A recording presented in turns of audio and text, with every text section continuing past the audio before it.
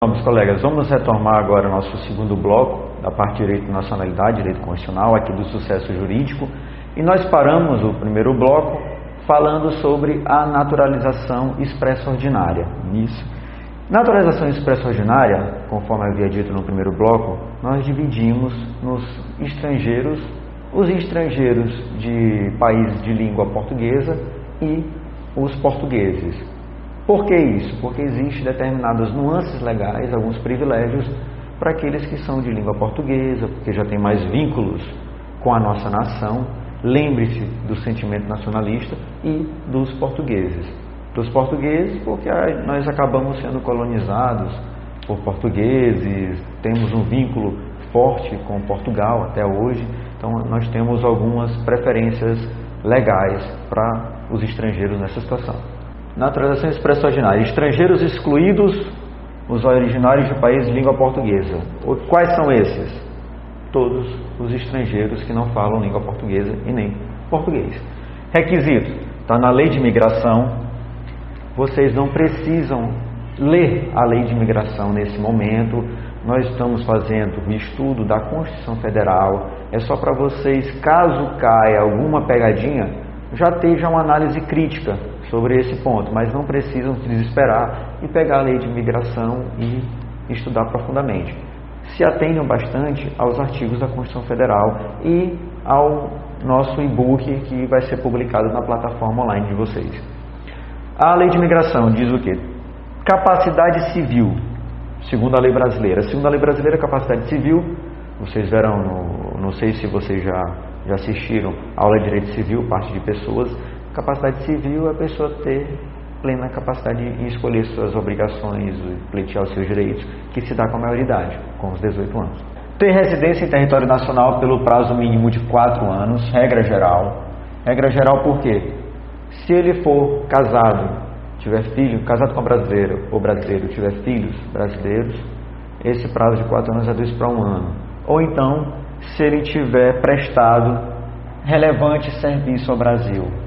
Relevante serviço ao Brasil, um professor que veio para disseminar determinado estudo no Brasil, determinada pesquisa, ou desenvolver algum novo método de remédio, qualquer, é mais voltado à pesquisa, certo?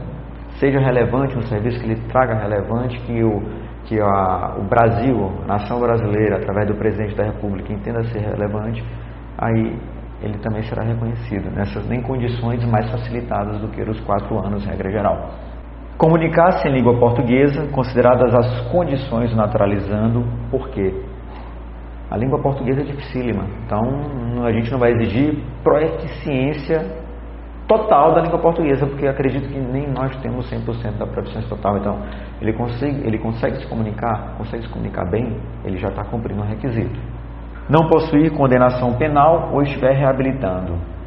Nós não vamos aceitar um tido já criminoso, já provado em processo penal em seu país de origem, como um brasileiro. A lei não quer. A lei quer pessoas idôneas, pessoas boas, como um brasileiro normal, um brasileiro comum, e não uma pessoa que já tem um histórico manchado para ser um brasileiro. Naturalização expressa ordinária para os originários de países de língua portuguesa. Os países de língua portuguesa, eles não necessitam de 4 anos, de apenas 1 ano. Os outros estrangeiros que não são de língua portuguesa são 4 anos, regra geral. Não é 1 ano. 1 ano é exceção. Se casou, tem filhos ou é relevante serviço, ele vai ser pelo 1 ano. E idoneidade moral. Idoneidade moral, o que é idoneidade moral? É um conceito um pouco mais aprofundado, subjetivo do que a condenação criminal que a gente viu lá. Idoneidade moral, ele ainda não foi condenado, mas ele é tido como uma pessoa fora dos preceitos normais de moralidade. Nós podemos, aliás, a nação brasileira pode barrar a concessão de sua nacionalidade brasileira. Nós não vamos, se a pessoa já é tida como uma pessoa de má índole, não queremos uma pessoa de má índole como um brasileiro. Grande pergunta que nós temos é se esses requisitos previstos constitucionalmente afasta a natureza discricionária do Poder Executivo. lembramos que no início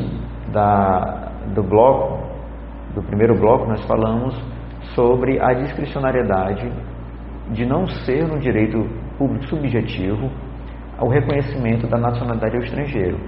Não é porque ele cumpre o requisito legal que ele vai ter não vai ser um ato discricionário, vai ser um ato certo do seu reconhecimento. Não.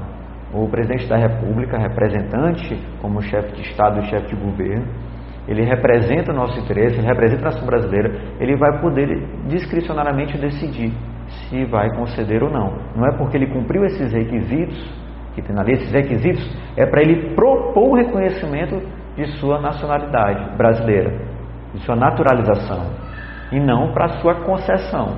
São dois pontos diferentes. Isso não existe essa previsão de já ser um direito assegurado a ele. Os portugueses residentes no país. Os portugueses residentes no país, a sua situação, dada aos vínculos de colônia e metrópole que nós temos ainda, não sou muito afeito a essa forma, mas eles têm um privilégio. Mas esse privilégio, desde que também seja assegurado para nós brasileiros, caso venhamos a residir em Portugal, também tenhamos esse mesmo direito, eles terão aqui. Que seria o quê? O brasileiro, o português, para ter aquisição nacional brasileira, os requisitos seriam de residência por 1 ano ininterrupto e idoneidade moral. Prevemos a possibilidade, com residência permanente no país, se houver reciprocidade em favor de brasileiro, serem atribuídos os direitos inerentes ao brasileiro naturalizado. Ele não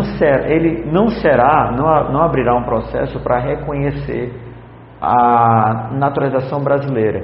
Ele não vai ter que optar, ele vai ser um português, certo? Residente no país por esse período de 1 ano, ele vai poder ter os direitos assegurados ao brasileiro, desde que lá em Portugal também seja esses requisitos também, esses benefícios concedidos a nós, brasileiros, ele vai ter o direito de ter todos os nossos direitos, sem optar pela nacionalidade brasileira. Aí a grande pergunta é uma quase nacionalidade? Não existe quase nacionalidade. É uma dupla cidadania, então ele vai ser português e vai ser brasileiro. Foi uma questão que ficou mais próxima, mas mesmo assim não é uma quase nacionalidade. Não existe quase nacional brasileiro ou quase nacional português. Ou ele é, ou ele não é. E também não é a dupla cidadania, porque ele não vai estar mantendo o status dos dois. Então, professor, o que é isso? Ele é um português com direitos que são assegurados ao brasileiro naturalizado. Ele vai ser equiparado, desde que nós também tenhamos esses direitos lá. Uma importante pegadinha que já vi cair, não em exame de ordem, mas em prova de concurso, é se esse português que está aqui por 1 ano ininterrupto, idoneidade moral e tudo, se ele também tem direito a votar. Nós temos que ressaltar que aí temos que ver o Código Eleitoral, a gente tem que ver as normas eleitorais. E lá diz que para o exercício dos direitos políticos há necessidade de requerimento da Justiça Eleitoral e permanência no mínimo de 3 anos de residência no país. Ou seja, ele está 1 ano português, ele já tem os direitos assegurados a ele como brasileiro naturalizado, como nacional brasileiro. Não é do quase nacionalidade nem dupla cidadania, que não tem esse status. Para poder ele votar, para poder ter capacidade eleitoral, ele vai ter que cumprir os requisitos de 3 anos de residência no país e requerimento à Justiça Eleitoral. Se ele não tiver os 3 anos, ele não tem como requerer a Justiça Eleitoral e, portanto, votar ou ser votado. Naturalização extraordinária ou quinzenária. A ordinária, vemos o que? O estrangeiro, em regra, 4 anos, nacional de língua portuguesa, em regra, 1 ano, aí ele faz o requerimento, e o português, 1 ano ininterrupto, idoneidade, que também é exigida por de língua portuguesa, mantém o status de português e com direitos assegurados ao brasileiro nacional brasileiro. A naturalização extraordinária ou quinzenária, ela pode, não interessa se é o estrangeiro de língua portuguesa, se ele é o português, ou qualquer estrangeiro. É qualquer estrangeiro que ele tenha residência há mais de 15 anos. não tenha condenação penal. E ele requeira, por que requerimento? 1891, se tivesse no país até 1889, ele era tido já tacitamente como brasileiro naturalizado. Então essa opção, essa forma, acabou, a forma tácita, não tem, ele tem que requerer, tem que ir pedir, certo? A forma secundária, ele vai, de naturalização, ele vai requerer o reconhecimento de sua naturalização, de sua nacionalidade brasileira, não tem de forma tácita. Discute-se se excepcionalmente essa hipótese inexistia discricionariedade por parte do Poder Executivo. Por que essa discussão? Nós já falamos 10 vezes que não é um direito público subjetivo o reconhecimento da nacionalidade brasileira ao estrangeiro. Entretanto, na naturalização extraordinária, a Constituição Federal botou essa palavra, requerimento. Aí apertou. A doutrina começou a questionar. Os tribunais começaram a ter várias decisões. É um direito subjetivo ou não é um direito subjetivo? É uma exceção ou não é? Aí chegou-se à conclusão de que, por disposição legal, aquele estrangeiro que tiver residência, ausência e ele fizer esse requerimento, palavras não existem sem sentido na Constituição. Então, sim, se ele cumprir esses requisitos, ele vai ter o direito, sim, de ter o reconhecimento de sua nacionalidade brasileira. Tá certo? É o que diz Celso de Barros. A hipótese, palavras dele, não comporta discussão administrativa. Não precisa ele discutir se vai ter o direito ou não administrativo. A utilização do verbo requerer oferece bem a ideia de que se trata de exercício de um direito vinculado a certos pressupostos. Em outras palavras, a incorporação deste direito no patrimônio naturalizado é automática. Falta-lhes, é certo, o requerimento, mas sobrevindo não podem as autoridades negar a naturalização, sob o fundamento de ser necessário cumprir qualquer outro pressuposto. A Constituição não tem palavras vazias. Se lá estava dizendo o verbo requerer, então ele cumpriu, não é que automaticamente ele já vai ser reconhecido, ele vai ter que requerer. 15 anos, não tem condenação, ele não vai ser automaticamente reconhecido como outrora fora, em 1891, até 1889. Aqui ele vai ter que fazer o requerimento. E se ele fizer, ele cumprir as determinações legais, nessa forma extraordinária, ele será reconhecido como brasileiro naturalizado. Bom, tratamento diferenciado entre brasileiro nato e naturalizado. Regra geral, a Constituição, em regra geral, diz que não existe diferença, não pode existir tratamento diferenciado entre o brasileiro nato e o brasileiro naturalizado. Regra. Toda regra tem sua exceção. Quais são as exceções? Artigo 12, parágrafo 3º, contra cargos. Cargos esses que nós veremos que tem a ver com o direito à autonomia do Estado, o Estado como nação, certo? E a segurança nacional, presidente da República, tá? Presidente da Câmara, Supremo, diplomatas. Então esses aí tem que ser brasileiros natos, não pode ser brasileiro naturalizado. Quanto à função, tem um Conselho de Estado, veremos mais à frente, que tem que ter cargos somente para brasileiros, alguns cargos somente para brasileiros natos. Nós temos a exceção da extradição, porque o brasileiro nato nunca será extraditado, com uma única exceção.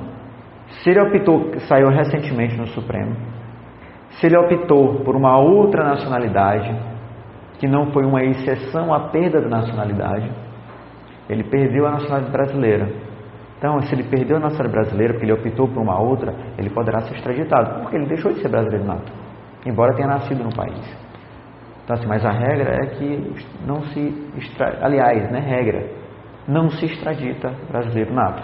Já o naturalizado, ele poderá sim ser extraditado. E o direito de propriedade de radiodifusão.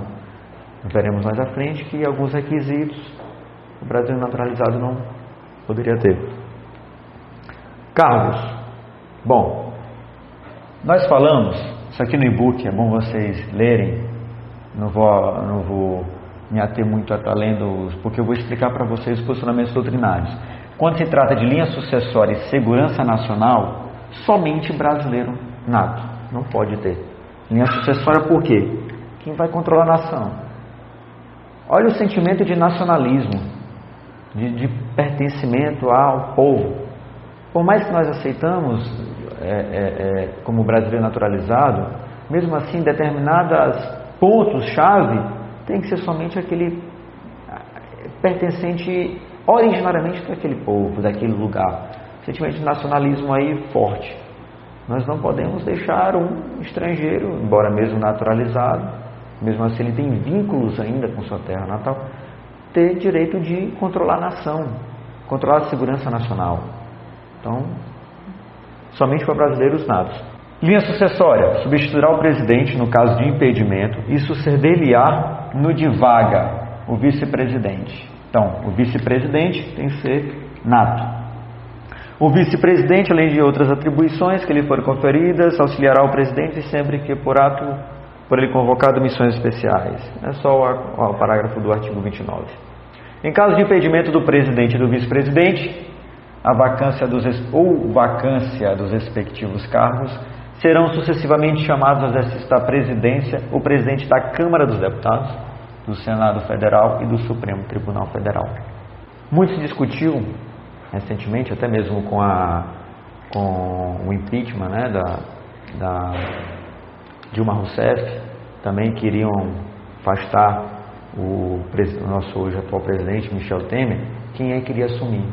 Ficou aquela luta pelo poder. Então, nós acompanhamos bastante pela rádio, TV, que o presidente da Câmara estava já na linha sucessória. Vai ou não vai? Michel Temer também vai cair ou não vai? Então, assim, presidente, vice-presidente, Câmara, Senado, Supremo. Temos essa ordem. Essa ordem é a linha sucessória. Então, todos esses que estão na linha sucessória, necessariamente, eles têm que ser brasileiros natos. Aí a grande pergunta: pode um deputado federal ser brasileiro naturalizado? Pode, mas nunca será presidente da Câmara. Nunca, só brasileiro nato. Segurança Nacional. Tocante à segurança nacional, nós temos quem? Os diplomatas e oficiais das Forças Armadas.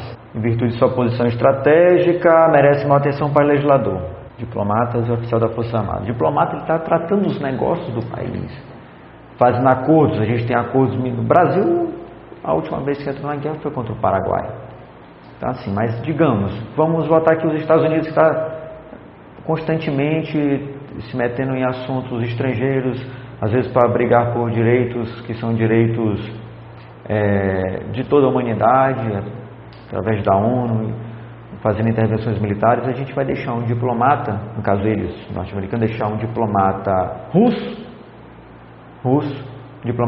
decidindo questões norte-americanas? Não vai. Então também a gente são pontos chaves da administração do Estado-nação.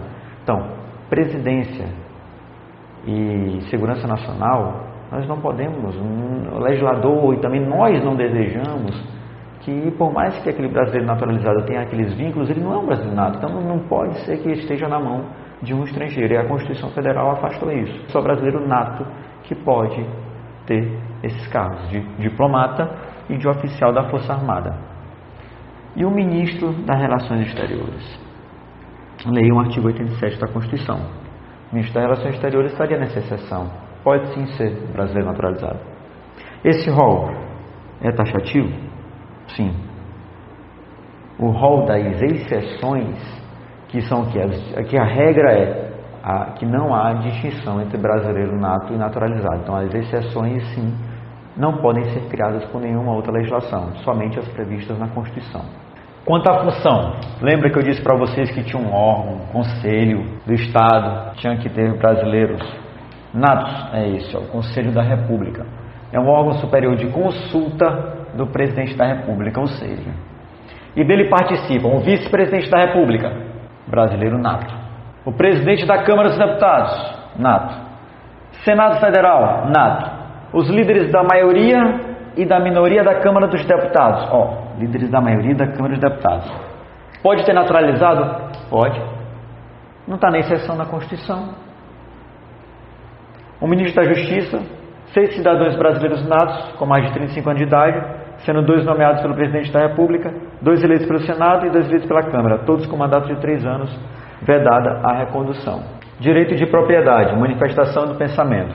A propriedade de empresa jornalística de radiodifusão sonora e de sons e imagens é privativa do brasileiro nato ou naturalizado há mais de 10 anos, ou de pessoa jurídica constituída sob a lei brasileira que tenham sede no país. Ou seja, não há distinção entre brasileiro nato e naturalizado, somente esses legais. E quando se trata desses pontos-chave, jornal e radiodifusão é ponto-chave, é a disseminação da cultura, a disseminação das artes, a disseminação da visão crítica do povo. Ele é um formador de opinião. A gente tem que ter esse controle dos formadores de opinião. A gente vai deixar um formador de opinião com opiniões que talvez sejam contrárias à segurança nacional, aos interesses da nação brasileira. Então a gente tem, veja que não é nem proibido total para ele, só que existe um critério legal, que ele tem que ter mais de 10 anos. Tendo mais de 10 anos, mas das 10 anos a gente tem a naturalização extraordinária que só pode ser adquirida com mais de 15 anos, mas a gente tem a outra, a gente tem a ordinária, a expressa ordinária, que o país de língua portuguesa, com 4 anos, certo? Nós temos os estrangeiros com 4 anos, se for casados por 1 ano. Nós temos os portugueses, que é 1 ano ininterrupto, ele mantém o status de português com os direitos do brasileiro, nacional brasileiro. E nós temos o estrangeiro de língua portuguesa com 1 ano, idoneidade moral pode requerer. Então, para ele ter propriedade de radiodifusão, mesmo ele já sendo brasileiro naturalizado, ele vai ter que ter 10 anos de naturalização. Aí ele pode pleitear, assim, ter essa propriedade. Onde se encontra isso? Fiz um mapa, sempre é bom, e analise esse mapa, faça uma impressão desse mapa e leiam sempre. Brasileiros natos, igualdade, naturalizados, a gente tem o português equiparado, que é a Constituição, artigo 12, parágrafo 1º. A regra de brasileiro nato e naturalizado é a igualdade, ou seja, não há distinção. Há exceções: cargo, função, extradição e direito à propriedade, certo? E as hipóteses são taxativas, não podem ter nenhuma outra criação de hipótese por algum outro ato legal, não existe, só o que está na Constituição. Perda da nacionalidade.